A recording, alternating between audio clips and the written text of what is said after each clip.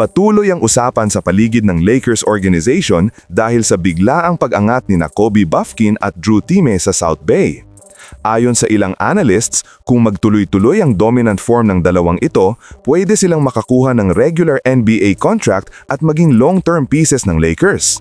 Sa development program ng South Bay Lakers, dalawang pangalan ang mabilis na umaangat, Kobe Bufkin at Drew Timme. Hindi lang basta standout performances ang ipinapakita nila. Ayon sa analysts, may long-term value ang laro ng dalawang ito, lalo na sa timeline ng core ng Lakers. Sa ngayon, 22 years old pa lang si Bufkin at malinaw ang improvement curve niya. Sa taas niyang 6'4" bilang guard, may tools siya para maging high-level two-way player kung mabibigyan ng tamang minutes at tamang system. Marami ng scouts ang nagsasabi na posibleng maging next hidden gem siya ng Lakers, kahawig ng naging path ni Austin Reeves na nagsimula lang bilang role player pero naging crucial piece ng franchise. Sa frontcourt naman, steady at smart basketball si Drew Timme.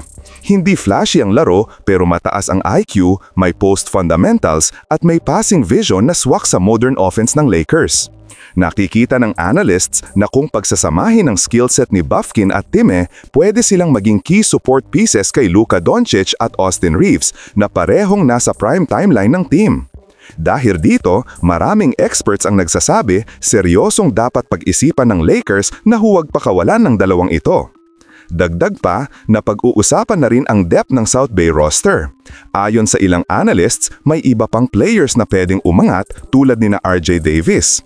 Sinasabi pa ng ilan na dahil sa potential niya, pwede siyang maging mas fitting piece kumpara kay Dalton Knecht, Bronny James o Gabe Vincent kung ang pag-uusapan ay long-term development. Ibig sabihin, may sapat na talento sa South Bay para mag-pull out ng rotation-ready players anytime kung gustuhin ng Lakers. Ang challenge ngayon para kay coach at front office ay kung paano nila i-handle ang minutes allocation, development program at kung sino ang bibigyan ng long-term investment. Habang malaki ang hype kay Luka at Reeves, malinaw na kailangan din ng Lakers ng supporting cast na may growth, hunger at mataas na ceiling.